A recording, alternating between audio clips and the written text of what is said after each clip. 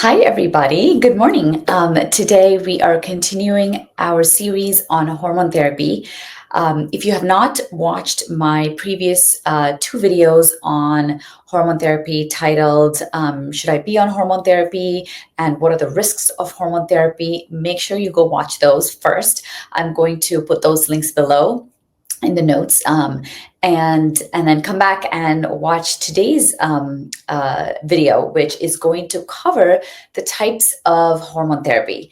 And if you are somebody who is considering hormone therapy, you're in perimenopause or menopause, you may have seen many different types out there, and it can be rather overwhelming. So today we're going to break down, what types of hormone therapy are out there.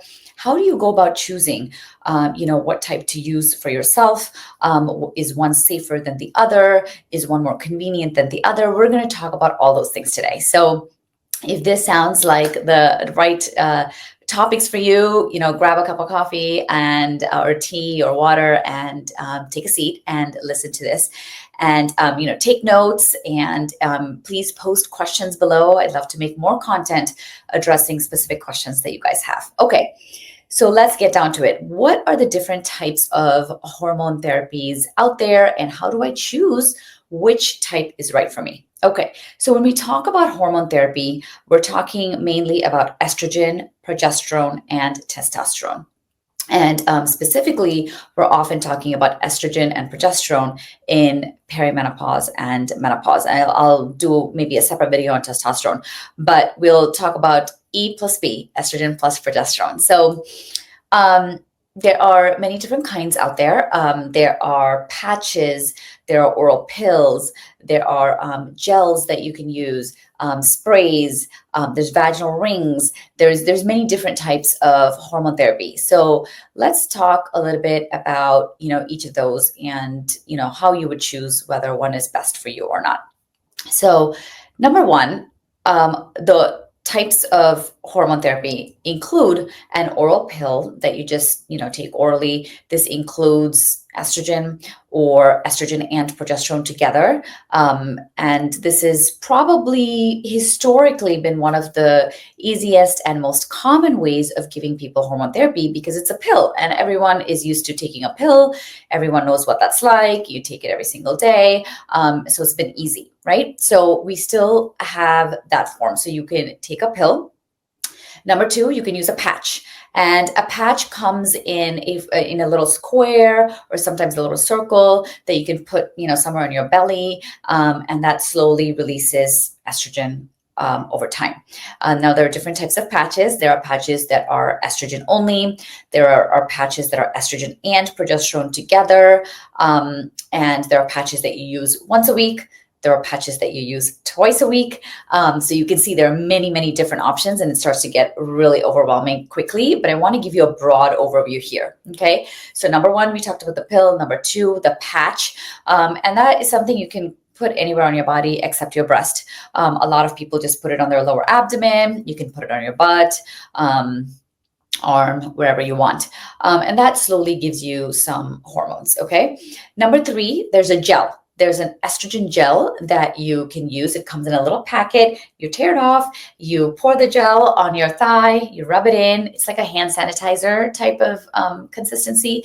And then it just kind of evaporates and that's it. You're done. So you don't have to, nobody needs to know you're using it. It's nowhere on your body. It's very discreet. But the downside is you do have to do it every single day.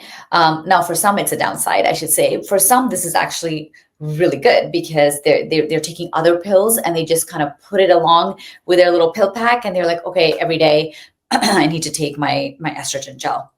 Now, the gel does not come in a progesterone form as well, so it's just the estrogen gel, and then you need to take some oral progesterone, and we'll talk about progesterone in a minute. But so far we've covered the pill, the patch, and the gel. There's also a spray, an estrogen spray that you literally spray, a couple of pumps, and it comes in a metered form, so you'll know exactly how much to spray. And some people like this. They, again, don't like taking a pill. They don't like, having to put on a patch. They don't necessarily want to carry around packets of gel. So they just want to do a spray. So that's easy.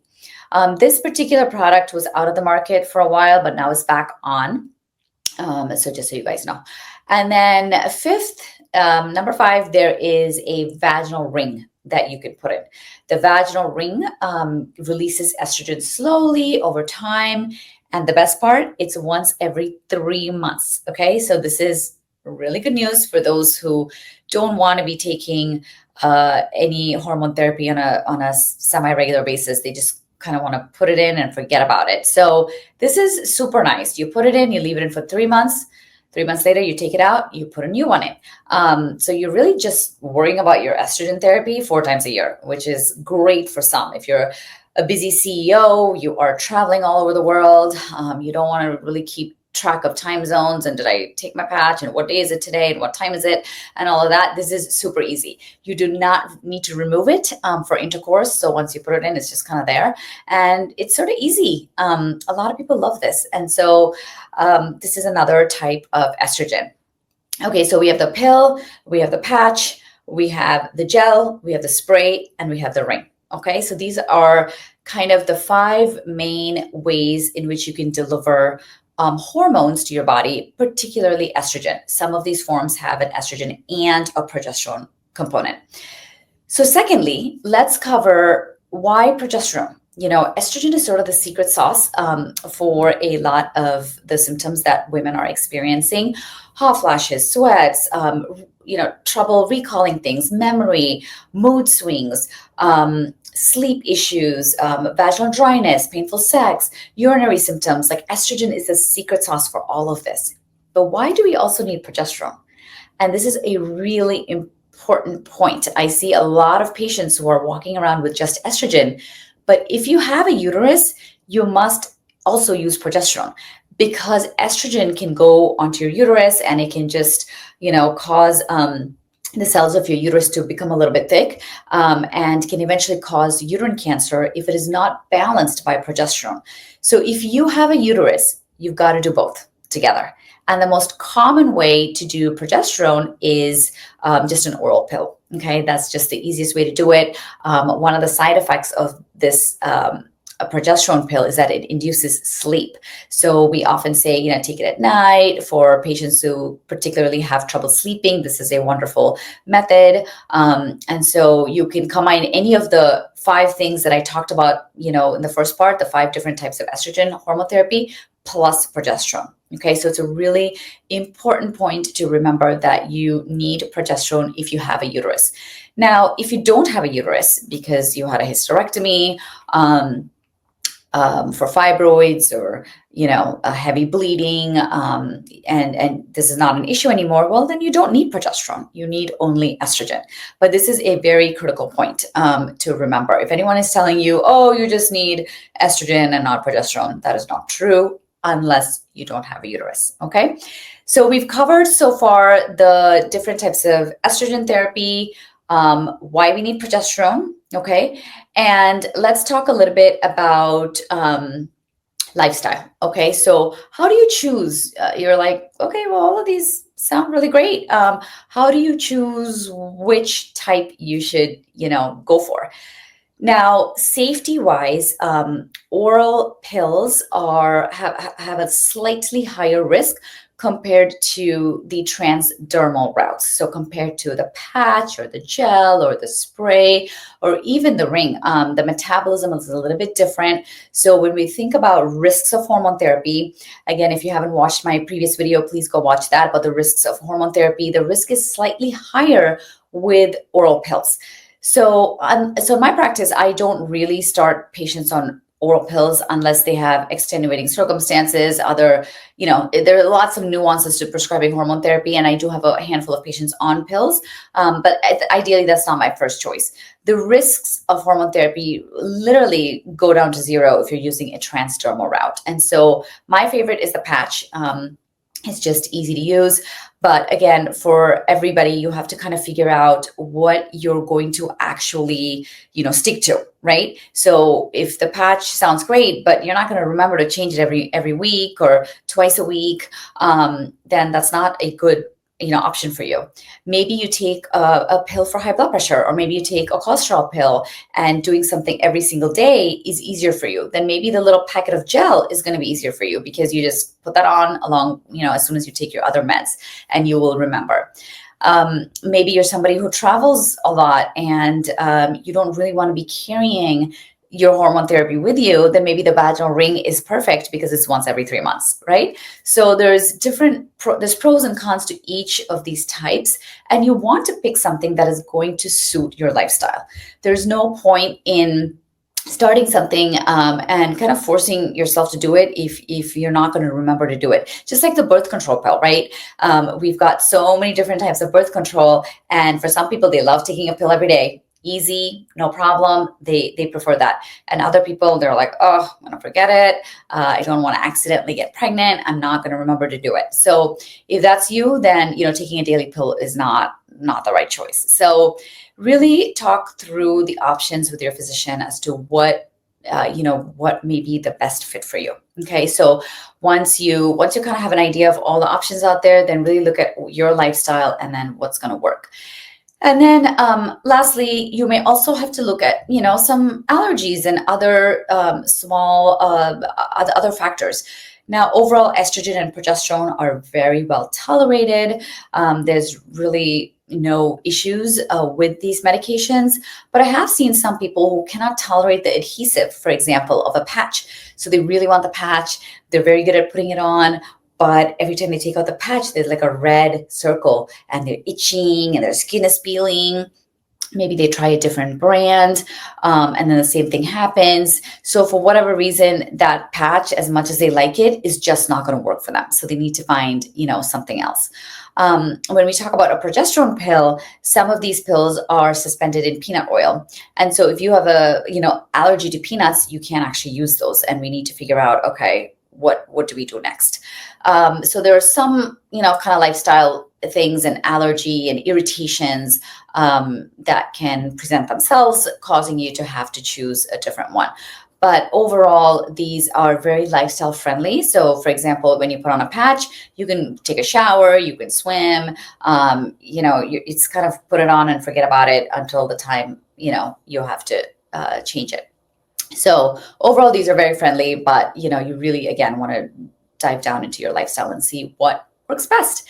So far we've covered different types of estrogen therapy, why we need to use progesterone, and then how to think about kind of your lifestyle and what fits for you, additional considerations like allergies and irritations. And then let's talk about local versus systemic therapy.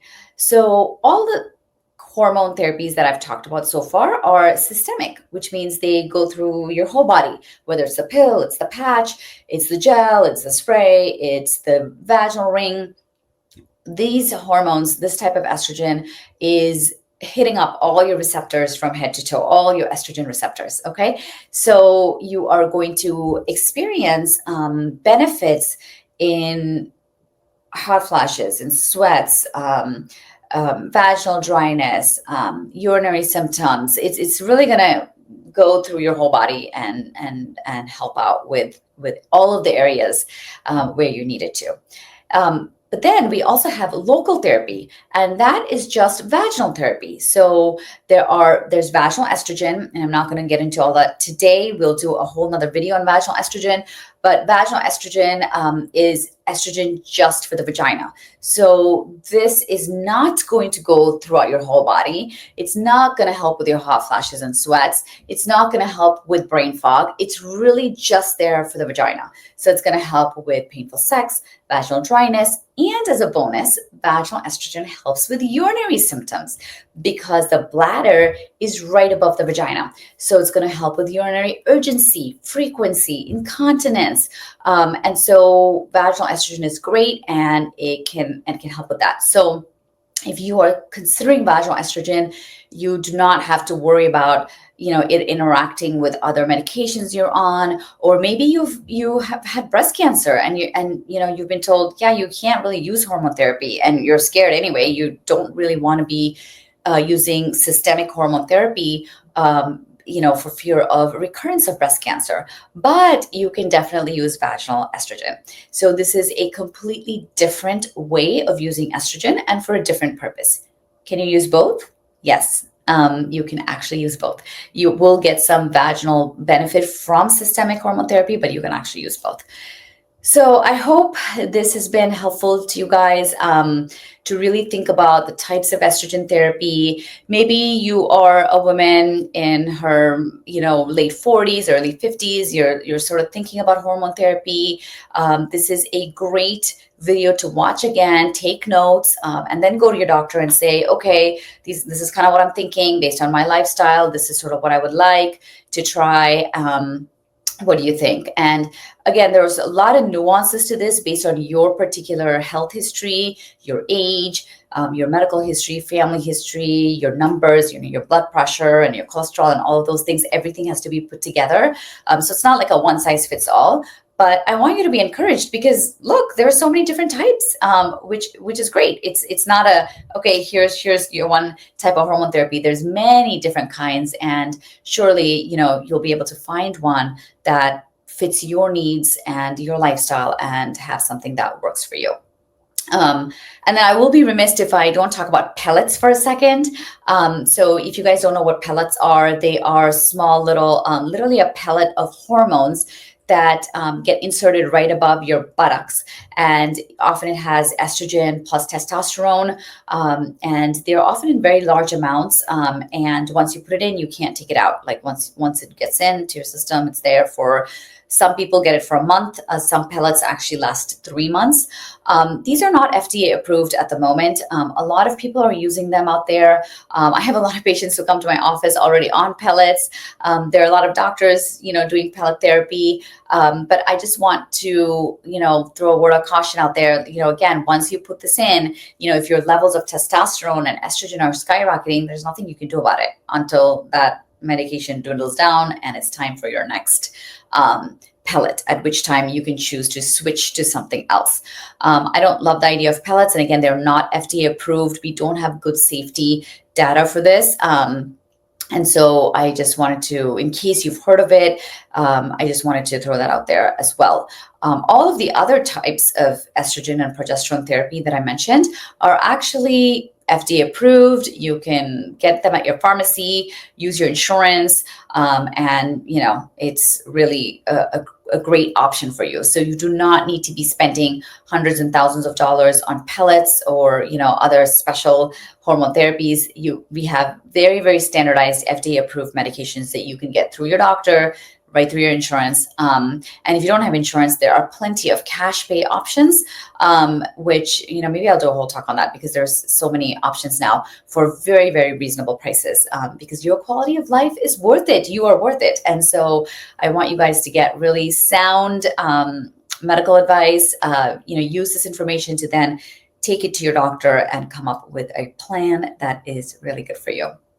Okay, so I didn't actually introduce myself at the beginning, but I'm Dr. Prabakar. I'm a board certified OB-GYN and nationally certified menopause practitioner, and I practice in the Bay Area in California. So if you are somebody anywhere in California and you want to consult, please call our office. We'll put the information below, and I'd love to do a in-person or virtual consult with you. And then if you're somewhere else in the world or country and you just want to do a little coaching call, please contact us. We can set that up for you as well. So I hope this has been really useful for you guys. Please share this video with someone, a friend, a family member, a sister, a cousin, a coworker who can really use this information. And, make sure you watch my other 2 videos. And my next video will be on how long to be on hormone therapy. Okay, so this is a great question that I get asked about all the time. So that will be my next video. So please watch for that release in a week, and we will go over that. All right, everybody, have a great day. Bye.